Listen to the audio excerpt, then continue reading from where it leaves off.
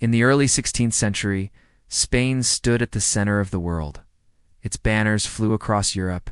Its ships crossed oceans no one else could reliably navigate. Its monarch ruled territories so vast that the sun was said never to set on his empire. And then the silver arrived. Ships crossed the Atlantic, heavy with metal torn from the mountains of the New World. Convoys docked at Seville, loaded with treasure beyond anything Europe had ever seen. Coin flooded the kingdom. Crown spent freely. Power seemed limitless. Spain had become rich faster than any society in history. And yet, within a few generations, Spain was no longer wealthy in any meaningful sense. Its industries withered. Its population stagnated. Its treasury defaulted repeatedly. By the time the silver slowed, the economy beneath it had already collapsed. Spain was not defeated by an enemy.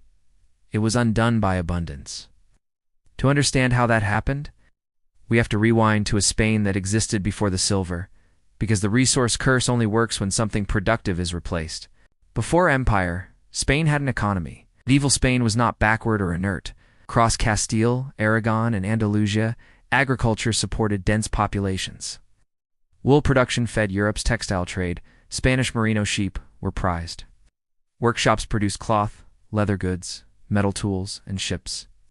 Ports moved grain, wine, and manufactured goods across the Mediterranean and Atlantic. Spain worked. Its economy was regional, imperfect, and constrained, but it was real. Skills accumulated slowly. Towns depended on production, not extraction. Wealth came from labor and trade, not windfall. This mattered because productive economies are disciplined economies. Scarcity forces efficiency. Investment decisions have consequences. When money must be earned, waste is punished. Then Spain discovered silver. It's the mines of the Americas. Especially places like Potosi produced metal at a scale that overwhelmed Europe's monetary system. Silver flowed not gradually but violently. It entered Spain faster than the domestic economy could absorb it. This was not growth, it was monetary shock. Silver did not arrive as investment. It arrived as raw money. The crown claimed its share immediately. Coins were minted, wages were paid, wars were funded. Prices adjusted upward almost instantly.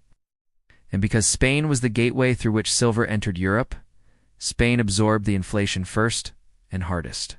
Prices rose faster in Spain than anywhere else. Food cost more, tools cost more, wages lagged. Domestic producers found themselves squeezed between rising costs and foreign competition. The silver made Spain feel richer, but it made Spanish goods more expensive. This is the quiet beginning of the resource curse. When a country receives massive external income, its currency strengthens. Imports become cheaper. Domestic production becomes uncompetitive. Industry dies not because it fails, but because it cannot compete with money. Spain began importing what it once made. Cloth arrived from the Low Countries, tools from Germany, ships from abroad. Spain exported silver and bought finished goods. It was easier, faster, politically painless. The discipline of production weakened. Why invest in workshops when treasure arrived by ship? Why tax domestic industry when silver could fund the state? Why reform institutions when extraction paid the bills? The economy adjusted, but in the wrong direction. Skills were lost, workshops closed. Capital flowed outward. Spain became dependent on foreign producers for basic goods. The empire looked powerful, but the core hollowed out quietly. The silver hid the damage. For a time, nothing appeared wrong. The crown spent lavishly. Wars were fought. Palaces expanded. Power was projected.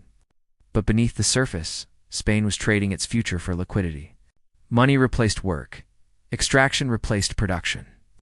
And abundance replaced discipline. The silver did not destroy Spain overnight. It rewired incentives slowly, invisibly, and permanently. By the time the consequences became obvious, the productive economy that once supported Spain had already been dismantled. The empire was rich, the country was not. And the longer the silver flowed, the harder it became to imagine an economy without it. The silver did not arrive gently. It arrived in convoys, escorted by warships, unloaded under guard, counted in royal offices, and rushed into circulation. Coinage expanded at a speed no medieval economy could absorb. What had once been scarce money suddenly became abundant. and abundance changed everything. Prices began to rise, not slowly, but persistently. At first, the increases were dismissed as temporary. Then they became unavoidable. Food cost more. Rent rose, tools, cloth, and transport all followed. Wages did not keep up. This was not unique to Spain. Inflation spread across Europe. Spain felt it first and felt it most intensely, because Spain was where the silver entered the system. The effect was cumulative. Each new shipment pushed prices higher. Each rise in prices weakened domestic producers. Artisans paid more for raw materials but could not raise prices without losing customers to foreign imports. Farmers faced higher costs while taxes remained fixed. Foreign producers had an advantage Spain could not overcome. Manufacturers in the Low Countries, Italy, and parts of Germany operated in economies where prices rose more slowly. Their goods were cheaper in comparison. Spain's currency strengthened under the weight of silver. Imports flooded in. Spanish workshops began to close, not because demand vanished, but because competition became impossible. This is how money breaks an economy without ever touching a factory. Silver increased purchasing power without increasing productivity. Spain could buy more, but it could make less. And because buying was easier than rebuilding industry, the choice was made again and again. Imports replaced production. The pattern reinforced itself. As domestic industry declined, Spain relied more heavily on imports. As imports increased, silver flowed outward to pay for them. Spain became a conduit, not a producer. Silver in, goods out. The wealth passed through. And as production faded, so did skills. Artisans left their trades. Apprenticeships vanished. Capital that might have funded industry instead chased court positions, land, or foreign goods. The economy adjusted to extraction, not creation. The state noticed none of this as a crisis. From the crown's perspective, revenue was plentiful. Taxes on trade and silver-filled coffers. Wars could be financed. Prestige maintained. The political costs of reform were unnecessary as long as treasure ships arrived. This is where the resource curse deepens, because easy money removes urgency. Why reform taxes when silver pays the bills? Why protect industry when imports are cheap? Why discipline spending when money keeps coming? Spain did not become inefficient by accident. It adapted rationally to abundance. The problem was that abundance was temporary and adaptation was permanent. As prices rose, the structure of society shifted. Those connected to the court, the military, and imperial administration prospered. Those connected to production did not. The economy tilted toward rent-seeking rather than innovation. Silver did not just inflate prices. It inflated power structures. By the late 16th century, Spain was no longer an industrial economy with an empire. It was an empire sustained by extraction. Industry was peripheral. Production optional. Money arrived from outside the system, and systems built on outside income do not self-correct. Each new shipment delayed reckoning. Each delay made adjustment harder. The longer Spain relied on silver, the less capable it became of functioning without it. The inflation never stopped long enough for recovery. Prices adjusted upward, then upward again.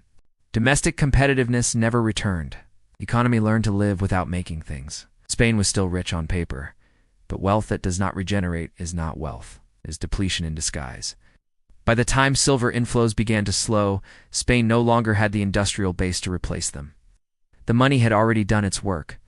The resource curse was complete. By the early 17th century, Spain's transformation was complete. Silver was no longer a supplement to the economy.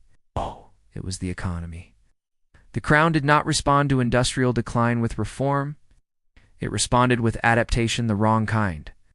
Instead of rebuilding production, Spain reorganized itself around extraction and spending. The state learned to live on inflows rather than output. Wars continued. Armies marched across Europe. Fleets were built and rebuilt. Imperial commitments expanded rather than contracted. All of it was financed by silver that had not yet arrived.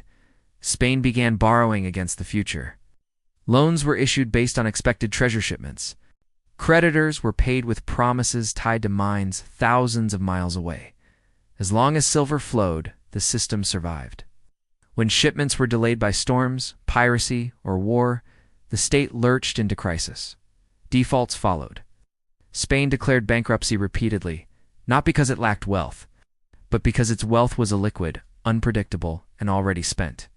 Each default damaged credibility. Each renegotiation raised borrowing costs. Each new loan required more silver to service the old ones. The cycle tightened. Extraction replaced taxation. Borrowing replaced reform. And because silver offered an escape from political confrontation, confrontation was endlessly postponed. This is the final stage of the resource curse. States that live on windfalls lose the ability to govern productively. They do not develop strong tax systems. They do not cultivate industry. They do not build institutions capable of adjustment. They consume first and adapt later, if at all. Spain's domestic economy never recovered. By the time silver inflows slowed in the mid-17th century, Spain no longer had the skills, capital, or infrastructure to replace them. Workshops were gone. Trade networks had decayed. Foreign producers dominated markets Spain once served. The money had left nothing behind. The empire still existed. Titles remained. Armies marched. But the economic foundation beneath them was hollow. Power was maintained through inertia rather than renewal. Spain did not collapse suddenly. It declined gradually and permanently. Other countries experienced silver inflation.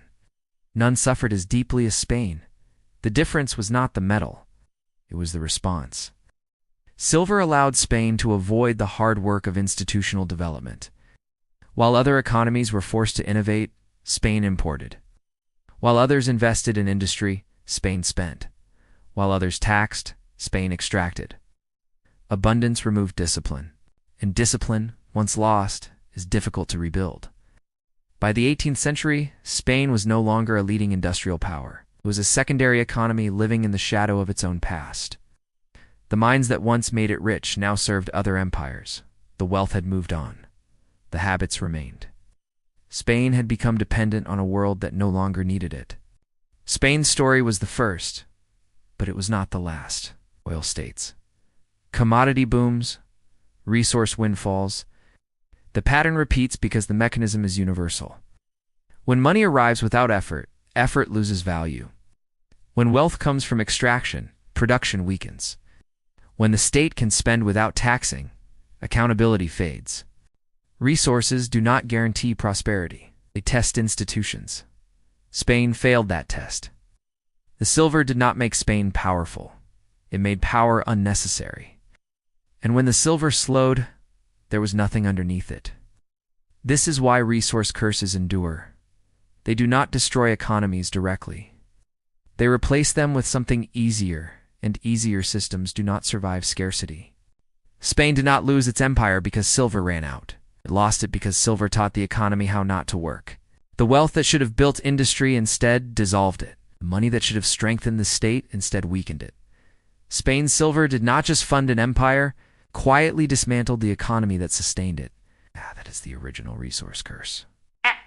And once it takes hold, history shows it is very hard to escape.